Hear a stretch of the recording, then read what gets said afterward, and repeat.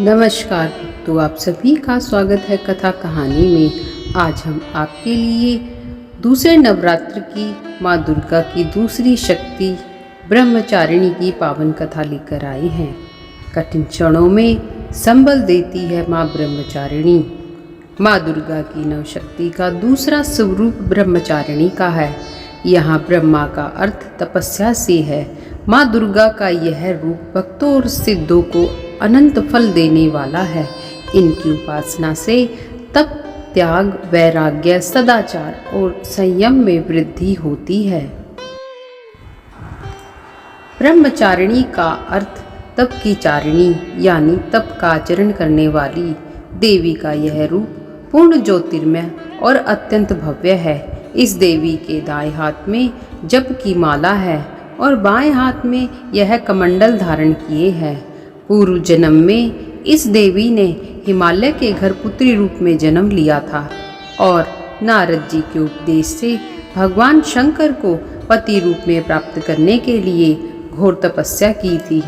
इस कठिन तपस्या के कारण इन्हें तपचारिणी अर्थात ब्रह्मचारिणी नाम से भी अभिहित किया जाता है। 1000 वर्ष तक इन्होंने केवल फल फूल खाकर बिताए और 100 वर्षों तक केवल जमीन पर रहकर शाक पर निर्वाह किया। कुछ दिनों तक कठिन उपवास रखे और खुले आकाश के नीचे वर्षा और धूप के घोर कष्ट सहे। 3000 वर्षों तक टूटे हुए बिल्व पत्र खाए और भगवान शंकर की आराधना करती रही। इसके बाद तो उन्होंने सूखे बिल्व पत्र खाना भी छोड़ दिए। कई हजार वर्षों तक निर्जल और निराहार रहकर तपस्या करती रही। पत्तों को खाना छोड़ देने के कारण ही इनका नाम अपर्णा नाम पड़ गया। कठिन तपस्या के कारण देवी का शरीर एकदम क्षीण हो गया। देवता, ऋषि, सिद्धगण, मुनि सभी ने ब्रह्मचारिणी की तपस्या को अभूतपूर्व पुण्य कृत्य बताया, सराहना की और कहा, हे देवी, आज तक किसी ने इस तरह की कठोर तपस्या नहीं की। यह तुम्ही से ही संभव थी। तुम्हारी मनोकामना परिपूर्ण होगी और भगवान चंद्रमौली शिव जी तुम्हें पति रूप में प्राप्त होंगे। अब तपस्या छोड़कर घर लौट जाओ।